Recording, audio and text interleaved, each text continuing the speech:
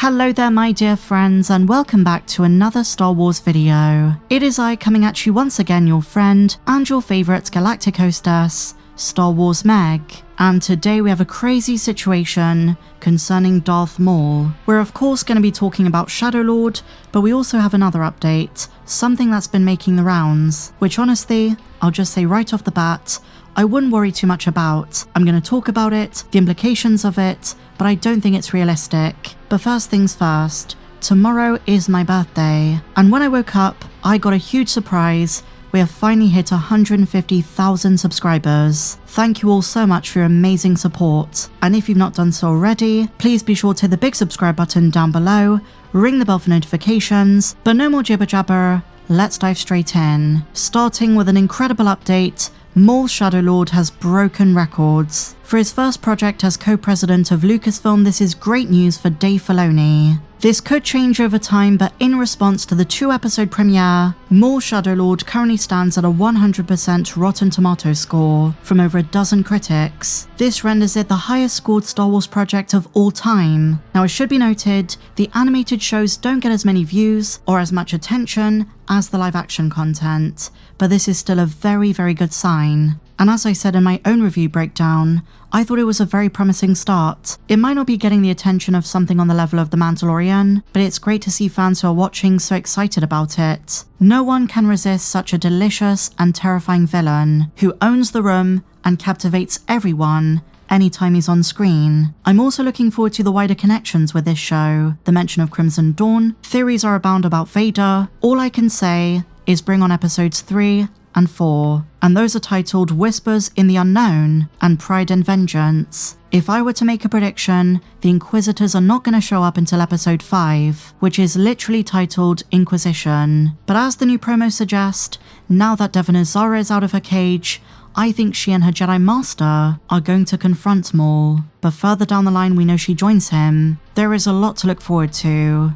But moving on my friends, with the release of the new show, the cast and crew have been giving very insightful interviews, and in one of them, they were asked about Maul's death further down the timeline in Star Wars Rebels, where Maul goes to Tatooine and in a final duel, Obi-Wan ends his life. There is no going back from that death. It was as final gets, and it was one of the most powerful moments in recent Star Wars animation history. Despite their rivalry, Obi-Wan, now a hermit watching over Luke, cradles Maul in his arms. They talk about the Chosen One, which is Anakin, but at that point, Obi-Wan thinks it's Luke, and Maul's final words, "He will avenge us." It's a beautiful moment. Obi-Wan almost feels sorry for him. Once upon a time he was just a tool for Palpatine, brainwashed by the Sith, and after he was thrown away, relegated to a life of pain, suffering, and seeking out revenge. And while there are so many debates as to whether Maul should have come back in the Clone Wars in the first place, like I said with his Rebels death, that one was truly the end. And even though we never see this in the episode Twin Sons, Obi-Wan cremates him, so there is no coming back for Maul.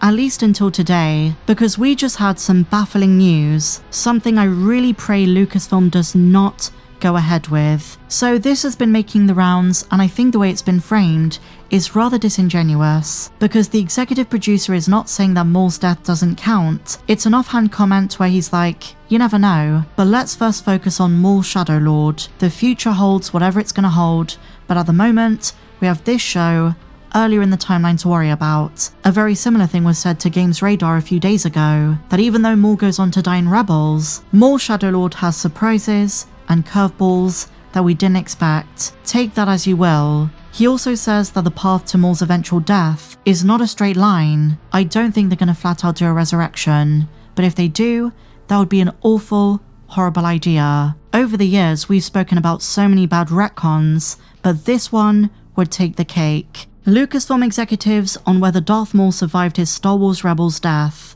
and the quote, "You never know," and the subheading, a play on Poe Dameron's words in The Rise of Skywalker about Palpatine, somehow Maul returned. And here's what they said. There are many universal truths in the Star Wars universe. Someone is always bound to say, I've got a bad feeling about this. The Force will always be with you, and hey, if a character is dead, don't worry about it. There's always a chance they'll be back in some way, shape or form. And before I continue, my friends, there is a very big difference between a character disappearing, maybe dying off screen and we never saw the body, and then literally being cremated. Those are very different scenarios. And let's just say it's true.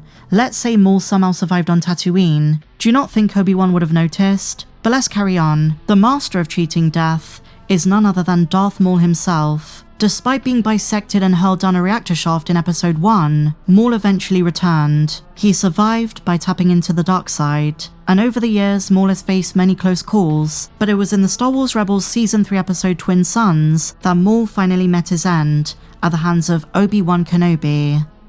And because his death is already established, he has to survive the new series Maul Shadow Lord. And so now, my friends, we come on to the juicy bit. They are Sam Witwer and Brad Rao, executive producer on the show. If there's a chance that at some point, just like Asajj Ventress, Maul could return from the brink following his alleged final death. So starting with the executive producer, he says, quote, "You never know. We're just focusing on this one time period right now."